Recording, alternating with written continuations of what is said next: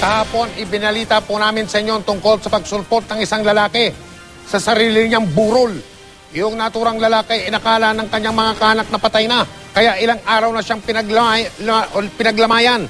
Nang maitama ng pagkakamali, ngayon nagpapasalamat na ang lalaki na yan para sa tinuturo niyang pangalawang buhay. Nakatutok si Rafi Tima. Ang eksena ito sa bahay ng pamilya Faildog sa Marikina kahapon. Hindi na umano makakalimutan ni Junmar habang buhay. Matapos maranasang paglamayan sa pag-aakalang pumanaw na, itinuturing na raw niya ngayon ang sarili na tila nagkaroon ng pangalawang buhay. Siguro second chance saka second life. Na gurot, ito na yung tamang panahon na para magbago. Kung ano man yung dating nagawa, yun na, baguhin na. At pamilya na rin ako. Kahapon, nagpakita si Junmar sa kanilang bahay sa Marikina matapos ang halos 3 buwang pagkawala. Sa tagal nitong hindi nagpakita, inakala ng kanyang pamilya na patay na siya, lalo pat may natagpo ang pugot na bangkay na may kapareho niyang pagkakakilanlan. Bagamat hindi niya kilala kung sino ang bangkay na napagkamalang siya, nagpapasalamat na rin dito si Junmar.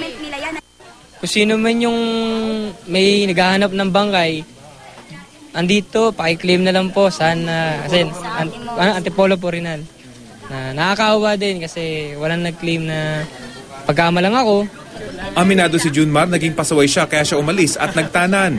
Pakiramdam daw niya kasi hindi siya mahal ng kanyang pamilya. Pero sa 4 na araw na siya ipinaglamayan, napatunayan daw ng kanyang mga kaanak na mali ang kanyang iniisip.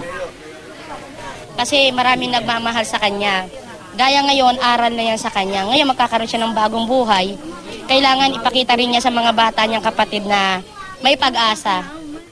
Ang bangkay na napagkamalang si Junmar, nakalagak pa rin sa Antipolo Memorial Services sa syudad ng Antipolo.